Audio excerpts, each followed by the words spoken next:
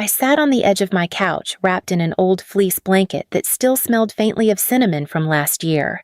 The room was quiet, lit only by the soft blink of dollar store string lights draped over the miniature pine tree I'd dragged up the stairs myself. It wasn't much 3 feet tall, leaning slightly left, decorated with mismatched ornaments I'd collected from thrift bins over the years, but it was mine. And tonight, it was the only light in the room. Outside, I could hear muffled laughter from the neighboring apartment, clinking glasses, bursts of joy.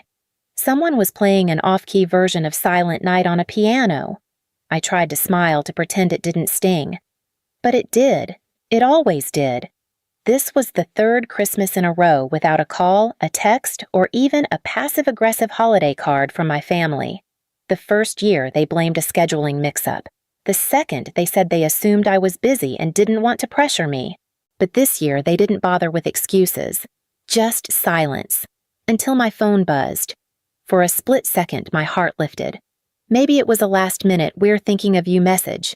Maybe someone remembered.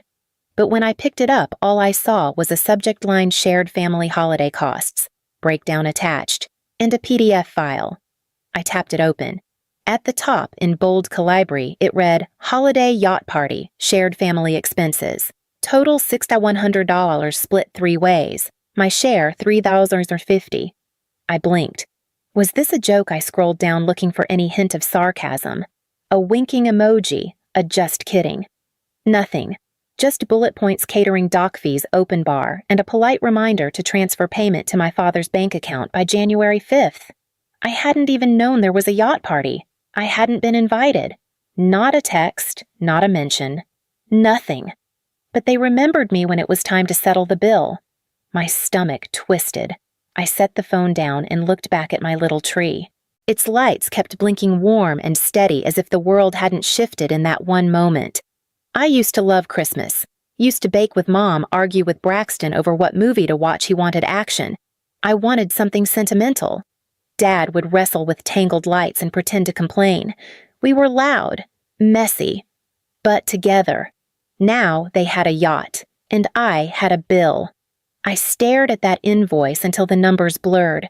Not even a greeting, just a request for money as if I were some disconnected relative whose only value was financial. I leaned back against the couch, my throat tightening. They hadn't set a place for me at the table, but they'd carved out a space for my share of the expenses, and somehow that said everything. I stared at the blinking lights on the tree, but all I could see was the number on the invoice, $350. That wasn't just a bill, it was a memory dragged out of the quiet corners I'd tried to seal off. A reminder of every time they'd overlooked me and how I'd let them. Growing up, my dad used to call me the independent one. He said it like a badge of honor, as if I'd won something by not needing help. He'd mention it at cookouts and holiday letters whenever relatives came around. Corinne's always been the independent one, handles herself. I used to smile when he said it, thinking it meant he was proud. But over time, it stopped sounding like pride and started feeling like a door quietly closing. It meant I didn't need attention, didn't need support, didn't need celebration. It gave them permission to leave me off the group texts, to assume I'd be fine without the invite, the help, the hug. And I was until I wasn't.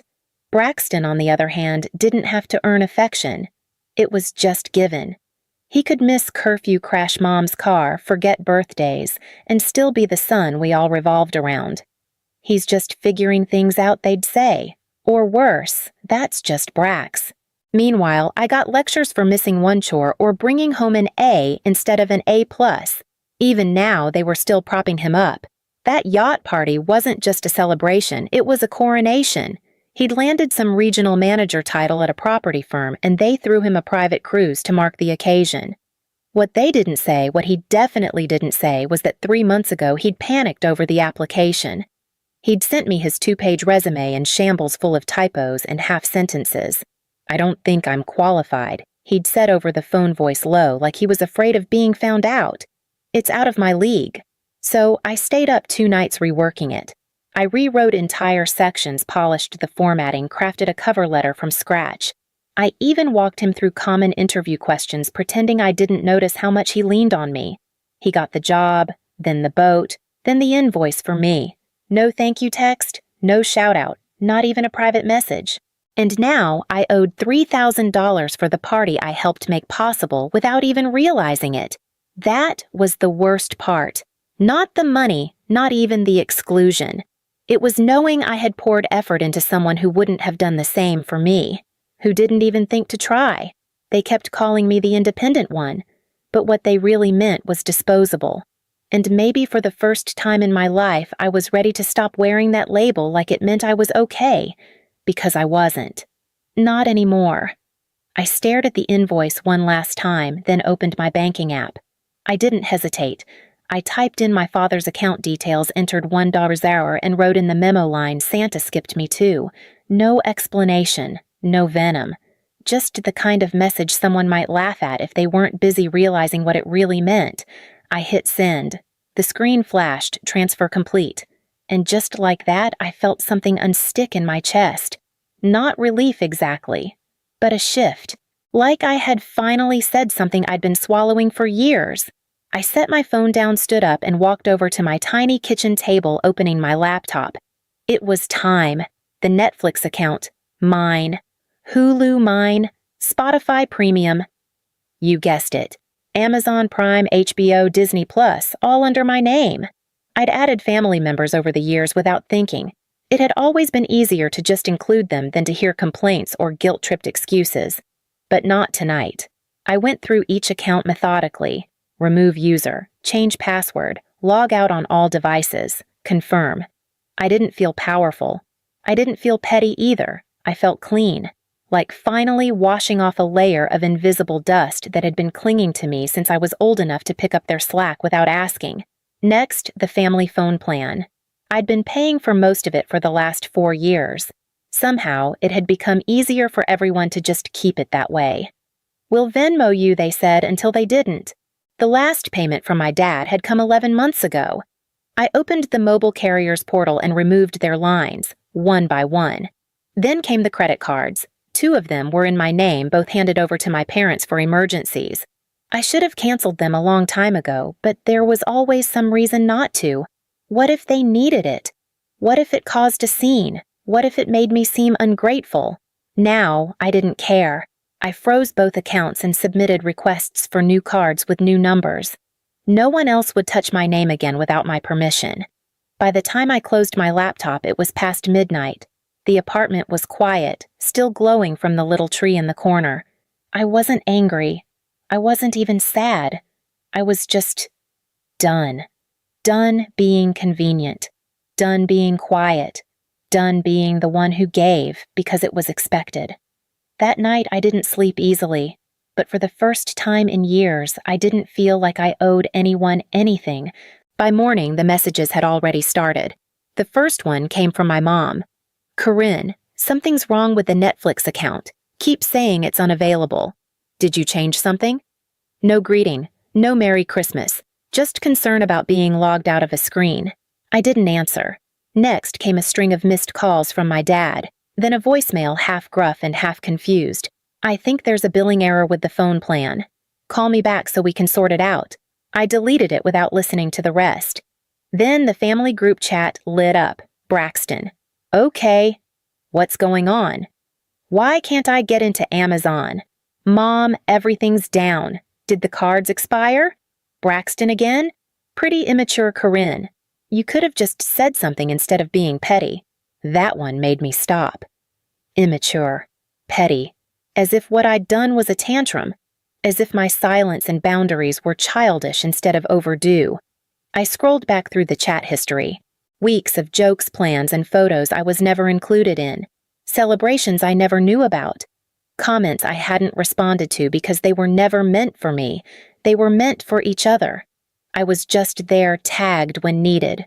Quiet. Convenient. And now, suddenly, I mattered because they couldn't binge-watch shows or get free shipping. I didn't respond.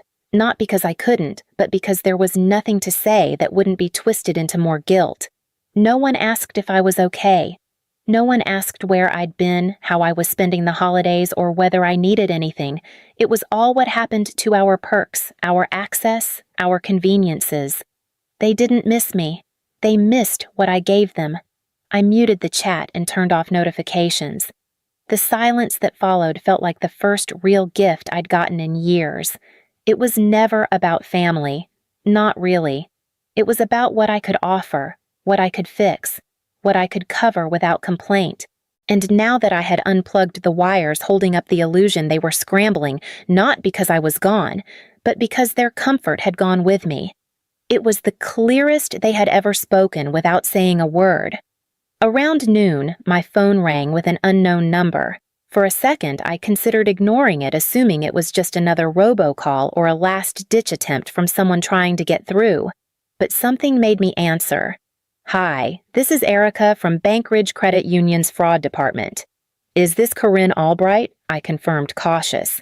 "We've received a report regarding potential unauthorized activity on 2 credit cards registered under your name. Do you have a few minutes to go over some account details?" I closed my eyes for a beat. "Of course." "Yes, I do," I said, my voice steady. She began listing off the accounts I'd frozen 2 nights before, the ones I'd opened years ago for emergencies, the same ones my father had used for gas groceries and the occasional dinner out that somehow turned into regular use. There was a report of fraudulent access on both accounts, Erica said. The caller claimed they'd been locked out of funds they were authorized to use. I took a breath. "There's no fraud," I said calmly. "I'm the account holder. No one else is on those cards." I froze them intentionally. A short silence. "And the people previously using the cards?" "My parents," I said. "They were using them without my consent. They knew the cards weren't theirs." I let it slide for too long. "That's over now." Another pause. I could hear typing on her end.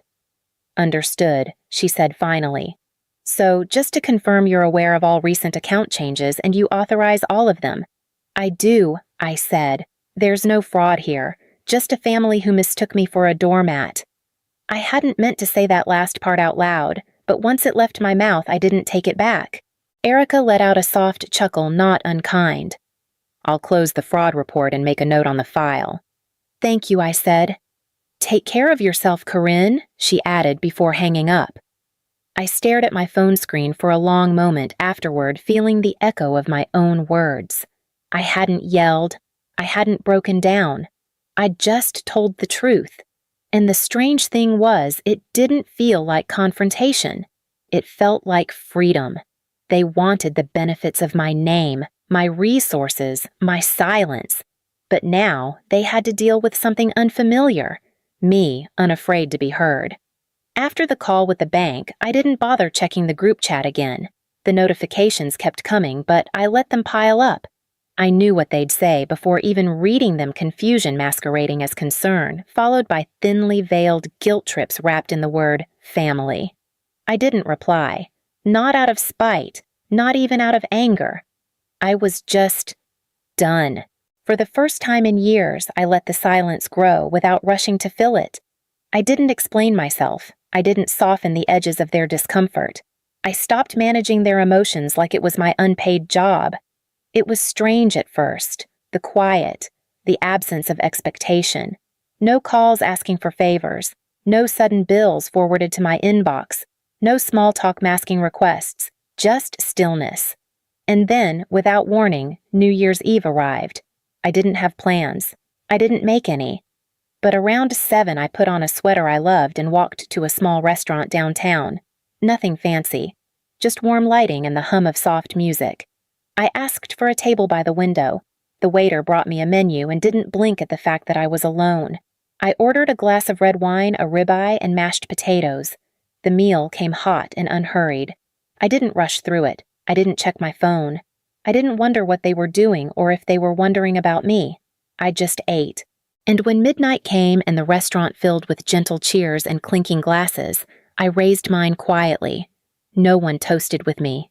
No one needed to, because I wasn't toasting the year ahead. I was honoring the part of me that had finally stopped begging to belong. For so long I had accepted scraps, emotional leftovers, last-minute invites if I was lucky, always the one who understood, the one who bent so others wouldn't have to. But tonight I had chosen myself, not in rebellion, not to make a point, Just because I was tired of waiting to be seen by people who only looked for me when they needed something, I paid the bill, left a generous tip, and stepped outside into the cold, crisp air. The streets shimmered with celebration, but I didn't feel left out. For once, I wasn't hoping for a text that wouldn't come. I had finally shown up for me. The email came the second week of January. Subject line: "We need to talk." I almost deleted it without opening, but something in me wanted to know what version of the story he was trying to tell. I clicked. The message wasn't long, but it was careful, every sentence trimmed to sound concerned without admitting anything. He said he'd noticed some changes, that things seemed tense lately. Then came the kicker. Family sticks together even when things get hard. We should never forget that. There it was, wrapped in sentiment, rolled in nostalgia, but hollow. He didn't mention the yacht party, the invoice, the fraud report. He didn't say sorry. He didn't ask how I was. Just implied that I had broken something I was supposed to keep intact. I stared at his message for a long time before hitting reply. I didn't explain. I didn't defend. I typed 4 words. "So why didn't you?" That was it. No greeting, no signature. Just a mirror held up to his carefully crafted guilt. I hit send and closed my laptop. I didn't need to wait for a response. I knew one wouldn't come, not one with honesty anyway. They had spent years calling me strong, resilient, the one who holds it all together. But strength had become their permission slip to forget me, to skip inviting me, skip thanking me, skip showing up. Now I had said the one thing they'd never expected to hear. I had asked the question that didn't come with an easy answer, one that cut past the excuses and politeness and landed exactly where it hurt. I didn't need an apology. I needed them to sit in the silence they created, the one they'd filled with my usefulness but never my presence.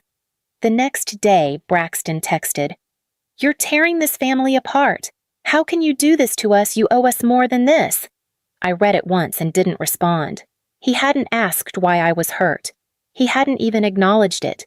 All he saw was the break in the system that had always benefited him. But I wasn't patching it up anymore. I wasn't the fixer, the buffer, the bridge. I was the question they didn't want to answer. And that finally was enough. I spent the next few weeks quietly rebuilding my life, this time with walls they couldn't reach through. I opened new bank accounts with passwords only I knew, requested new cards, changed every billing address and login detail. I called the phone company and started a new plan just for me. No shared lines, no quiet leeches in the background. I updated subscriptions one by one, attaching them to a fresh email I'd never once given to my family. It wasn't about revenge. It was about release. With every account I reclaimed, I felt something uncoil in my chest, like I was peeling off layers of responsibility I'd never agreed to carry in the first place. No more emergency calls asking me to fix things. No more forgotten birthdays that I still sent gifts for. No more being the only one who remembered details they never bothered to write down. The weight they'd dropped on me for years, I was finally setting it down. My apartment felt different now. Not bigger, not cleaner, just lighter. I started lighting candles again, made dinner for myself with more care than usual, even started sleeping through the night without checking my phone, half expecting some last-minute crisis only I could solve. They stopped messaging. Or maybe they kept going and I just didn't look. I had muted every thread, deleted every shortcut. I didn't need to see more versions of their disappointment masquerading as concern. This year they didn't unwrap anything from me. No cards, no gift baskets ordered last minute to keep the peace. No quietly absorbed costs. What they got instead, without ceremony, without warning, was the realization that the daughter they overlooked was the one who had been holding the whole system together, and now she was gone. Not out of rage, not with slammed doors or shouted accusations, just gone. They thought I was strong because I never made demands, because I showed up without being asked, because I forgave without being acknowledged. But the truth was, I wasn't strong. I was just exhausted, and the difference was everything. They didn't lose the problem child. They lost the person who made everything work in the background, the person they assumed would always be there because she always had been. But maybe I'd just been first. First to be forgotten. First to be used. And now, finally, first to walk away.